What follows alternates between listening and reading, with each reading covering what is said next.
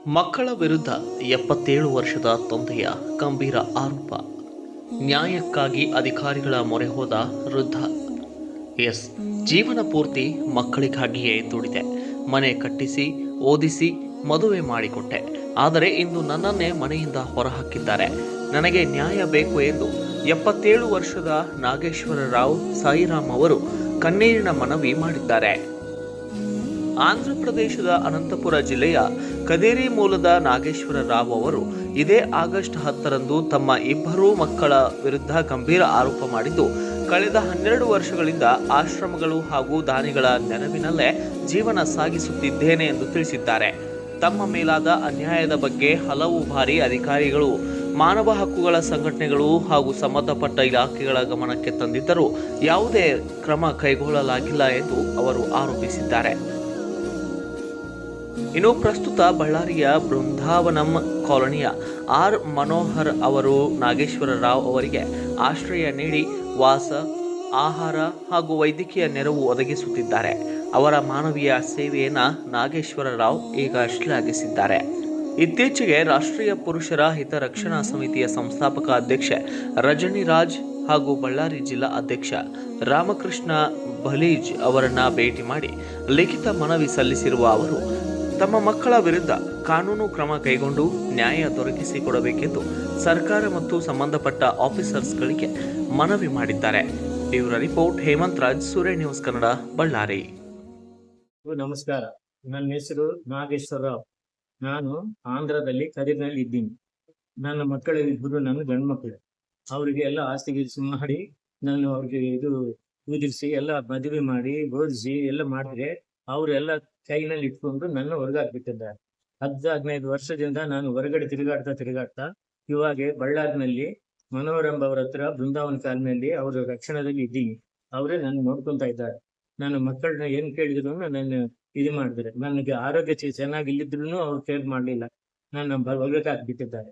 ದಯವಿಟ್ಟು ಇಂಥ ಕೆಲಸ ಯಾರಿಗೂ ಬರಬಾರ್ದು, ಇನ್ಯಾರು ಇಂಥ ಫಜೀತಿ ಬಿಡಬಾರ್ದು ಅಂತ ನಿಮಗೆ ಬೇಡ್ಕೊಂತ ರಾಷ್ಟ್ರ ಪುರುಷ ಅಧ್ಯಕ್ಷರಾದ ರಜನಿ ರಾಜ್ ಅವರಿಗೆ, ಜಿಲ್ಲಾ ಅಧ್ಯಕ್ಷರಾದ ರಾಮಕೃಷ್ಣ ಅವರಿಗೆ ಬೇಡ್ಕೊಂತ ಈ ಸಮಸ್ಯೆಯನ್ನು ಪರಿಷ್ಕರಿಸಿ ನನಗೆ ನ್ಯಾಯ ಬೇಡ್ಬೇಕಂತ ಬೇಡ್ಕೊಂತ ಇದ್ದೀನಿ. ನಮಸ್ಕಾರ ಸ್ನೇಹಿತರೆ, ನಾನು ನಿಮ್ಮ ರಜನಿ ರಾಜ್. ಬಂಧುಗಳೇ, ಒಂದು ವಿಷಾದವಾದ ವಿಚಾರ ಹೇಳಲಿಕ್ಕೆ ಇಷ್ಟಪಡ್ತೀನಿ. ಕಾರಣ ಏನಂದ್ರೆ, ಕಳೆದ ಒಂದು ವಾರದಿಂದ ಒಬ್ಬ ವೃದ್ಧರು, ನಾಗೇಶ್ವರ ರಾವ್ 77 ವರ್ಷದ ವೃದ್ಧರು ನನಗೆ ಕರೆ ಮಾಡಿದ್ರು. ಆಂಧ್ರ ರಾಜ್ಯ ಅನಂತಪುರಂ ಜಿಲ್ಲೆ ಕದ್ರಿಯವರು. ಕಾರಣ ಏನಂತ ಹೇಳಿದ್ರೆ, ನಾನು ಕಡ್ಲೆಕಾಯಿ ವ್ಯಾಪಾರಿಯಾಗಿರ್ತೀನಿ. ಹಿಂದೆ ಕಷ್ಟಪಟ್ಟು ಮಕ್ಕಳಿಗೆ ಮನೆ ಮಾಡಿದೆ, ವಿದ್ಯಾಭ್ಯಾಸ ಮಾಡಿಸಿದೆ, ಮದುವೆ ಮಾಡಿದೆ. ಎಲ್ಲ ಆದ್ಮೇಲೆ ನನ್ನನ್ನು ಹೊರದಬ್ಬಿದ್ದಾರೆ. ನಿರ್ಲಕ್ಷ್ಯಕ್ಕೆ ಒಳಗಾಗಿದ್ದೇನೆ, ನನಗೆ ನ್ಯಾಯವನ್ನ ನೀಡಿ ಅಂತೇಳಿ ಕಳೆದ ಒಂದು ವಾರದಿಂದ ಕರೆ ಮಾಡ್ತಾ ಇದ್ರು. ಈಗ ಅವರು ಬಳ್ಳಾರಿಯಲ್ಲಿ ಒಬ್ಬ ಸಮಾಜ ಸೇವಕರು ಅವರಿಗೆ ಕೈ ಹಿಡಿದು ಆಶ್ರಯ ನೀಡಿ ಊಟ ವಸತಿಯನ್ನ ನೀಡ್ತಾ ಇದ್ದಾರೆ. ಅವರಿಗೆ ಮೊದಲು ಒಂದು ಹ್ಯಾಟ್ಸ್ ಆಫ್ ಹೇಳ್ತೀನಿ. ಈಗ ಈ ಹಲವಾರು ಘಟನೆಗಳನ್ನ ನಾವು ನೋಡ್ತಾ ಇದ್ದೇವೆ. ಪುರುಷರಿಗೆ ಕೆಲವು ಭಾಗದಲ್ಲಿ ಹೆಚ್ಚಿನ ದೌರ್ಜನ್ಯಕ್ಕೆ ಒಳಗಾಗ್ತಾ ಇದ್ದಾರೆ. ಈ ನಿಟ್ಟಿನಲ್ಲಿ ನಾನು ರಾಷ್ಟ್ರೀಯ ಪುರುಷರ ಹಿತರಕ್ಷಣಾ ಸಮಿತಿ ಯಾಕೆ ಮಾಡಬಾರ್ದು ಅಂತೇಳಿ ನಿರ್ಧಾರ ಮಾಡಿ ಕಳೆದ 3 ತಿಂಗಳ ಹಿಂದೆ ಇದು ಅಸ್ತಿತ್ವಕ್ಕೆ ಬಂತು. ಹಾಗೆ ಬಳ್ಳಾರಿ ಎಲ್ಲಾ ಜಿಲ್ಲೆಯಲ್ಲೂ ಒಬ್ಬೊಬ್ರು ಅಧ್ಯಕ್ಷರನ್ನ ಮಾಡುವಾಗ ಬಳ್ಳಾರಿಯಲ್ಲಿ ರಾಮಕೃಷ್ಣ ಅನ್ನೋರ್ನ ಅಧ್ಯಕ್ಷನಾಗಿ ನಾವು ಆಯ್ಕೆ ಮಾಡ್ತೀವಿ. ಯಾವಾಗ ಪುರುಷರ ಹಿತರಕ್ಷಣಾ ಟ್ರಸ್ಟ್ ಅಸ್ತಿತ್ವಕ್ಕೆ ಬಂದ ಮೇಲೆ ಎಲ್ಲರಿಗೂ ಕೆಲವು ಭಾಗದಲ್ಲಿ ಗೊತ್ತಾಯ್ತು, ಯಾಕೆ ನಾವು ದೂರನ್ನ ದಾಖಲಿಸಬಾರ್ದು ಅಂತ ಹೇಳಿ ಈ ಬಳ್ಳಾರಿಯ ನಾಗೇಶ್ವರ ರಾವ್ ಅವರು ಬಳ್ಳಾರಿ ಅಧ್ಯಕ್ಷರಾದ ರಾಮಕೃಷ್ಣ ಅವರಿಗೆ ದೂರನ್ನ ನೀಡ್ತಾರೆ. ಅಲ್ಲಿಂದ ನನಗೆ ಕರೆ ಬರ್ತದೆ. ಈ ನಿಟ್ಟಿನಲ್ಲಿ ನಾನು ಯಾಕೆ ಈ ಕೇಸನ್ನ ತಗೊಳ್ಬಾರ್ದು, ಯಾಕೆ ಈ ವೃದ್ಧರಿಗೆ ನ್ಯಾಯ ಕೊಡಬಾರ್ದು ಅಂತ ಹೇಳಿ ಇದೇ ಬುಧವಾರ ದಿನದಂದು ನಾನು ಆಂಧ್ರ ರಾಜ್ಯದ ಅನಂತಪುರಂ ಜಿಲ್ಲೆಗೆ ನಾನು ಹೋಗ್ತಾ ಇದ್ದೀನಿ ನ್ಯಾಯ ಕೊಡ್ಲಿಕ್ಕೆ. ಕಾನೂನಾತ್ಮಕವಾಗಿ ನ್ಯಾಯವನ್ನ ನೀಡೋಣ. ಇವರು ಸ್ವಯಾರ್ಜಿತ ಆಸ್ತಿಯನ್ನ ಸಂಪಾದನೆ ಮಾಡಿದ್ರು. 2 ಮನೆ ಮಾಡಿದ್ದಾರೆ, ಮಕ್ಕಳಿಗೆ ಎಜುಕೇಶನ್ ಕೊಡಿಸಿದ್ದಾರೆ. ಇವರ ತಿರಸ್ಕಾರ ಮಾಡಿ ಹೊರಗೆ ಹಾಕಿದ್ದಾರೆ.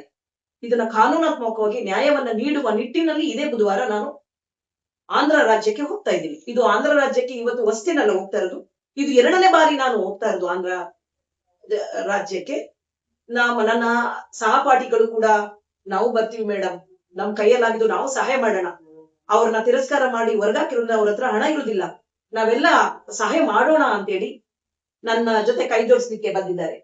ನಮ್ಮ ಮಂಜಣ್ಣ ಅವರು ಮದ್ದೂರು ತಾಲೂಕಿನ ಘಟಕದ ಅಧ್ಯಕ್ಷರು ಕೂಡ ಪುರುಷರ ಹಿತರಕ್ಷಣಾ ಟ್ರಸ್ಟಿಗೆ, ಅವರು ಕೂಡ ಆಯ್ತು ಮೇಡಮ್ ನನ್ನ ಕಾರನ್ನೇ ತರ್ತೀನಿ ಹೋಗೋಣ ಅಂತ ಹೇಳಿದ್ದಾರೆ. ಖಂಡಿತ ಹೋಗೋಣ. ಆಂಧ್ರ ಪ್ರದೇಶಕ್ಕೆ ಹೋಗಿ 70ರ ವೃದ್ಧರಿಗೆ ನಾವು ಖಂಡಿತವಾಗಿ ನ್ಯಾಯವನ್ನು ಕೊಡಿಸೋಣ. ನಾವೆಲ್ಲರೂ ಸೇರಿ ಖಂಡಿತ ನಾವು ನ್ಯಾಯವನ್ನ ಕಾನೂನಾತ್ಮಕವಾಗಿ ನ್ಯಾಯವನ್ನ ನೀಡೋಣ ವೃದ್ಧರಿಗೆ ಅಂತೇಳಿ ನಾನು ಮಾತನ್ನ ಮುಗಿಸ್ತೀನಿ.